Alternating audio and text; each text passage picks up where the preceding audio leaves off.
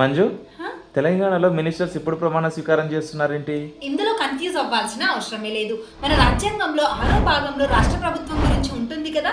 అందులో ఏమని ఉంటుందంటే, ఒక రాష్ట్రంలో ముఖ్యమంత్రితో సహా మొత్తం మంత్రి మండలి సంఖ్య ఆ రాష్ట్ర శాసనసభ సీట్లలో 15% మించకుండా ఉండాలన్నమాట. అయితే ప్రజెంట్ తెలంగాణ అసెంబ్లీలో మొత్తం 119 మంది ఎమ్మెల్యేలు ఉన్నారు కదా.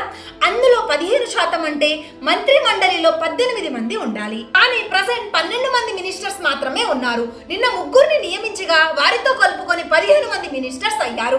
అయినా కూడా 3 సీట్లు ఖాళీగానే ఉన్నాయి. ఆర్టికల్ 164 క్లాస్ 1 ప్రకారం ముఖ్యమంత్రిని అండ్ ముఖ్యమంత్రి సలహా మేరకు ఇతర మంత్రులను గవర్నర్ నియమిస్తారు. ఇక్కడ మెయిన్ పాయింట్ ఏంటంటే, ఏ సభలో సభ్యత్వం లేకున్నా, అంటే ఎమ్మెల్యే ఆర్ ఎమ్మెల్సీగా కాకున్నా కూడా ముఖ్యమంత్రి మంత్రి కావచ్చు. కానీ 6 నెలల లోపు ఏదో ఒక సభలో సభ్యత్వాన్ని పొందాలి. అయితే ఫ్రెండ్స్, రాష్ట్రంలో ముఖ్యమంత్రి మంత్రి మండలి గవర్నర్ సమక్షంలో ప్రమాణ స్వీకారం చేస్తారు కదా.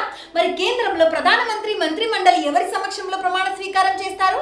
ఆన్సర్ తెలిస్తే కామెంట్ చేయండి. ఫ్రెండ్స్, మన యాప్ లో polity chapter wise test series launch చేసాం. ఇది మీకు జస్ట్ 39 రూపీస్కే ప్రొవైడ్ చేస్తున్నాం. మన యాప్ ని ఇన్స్టాల్ చేసుకొని ఎగ్జామ్ రాసుకోండి. మీ ప్రిపరేషన్ కి యూజ్ అవుతుంది.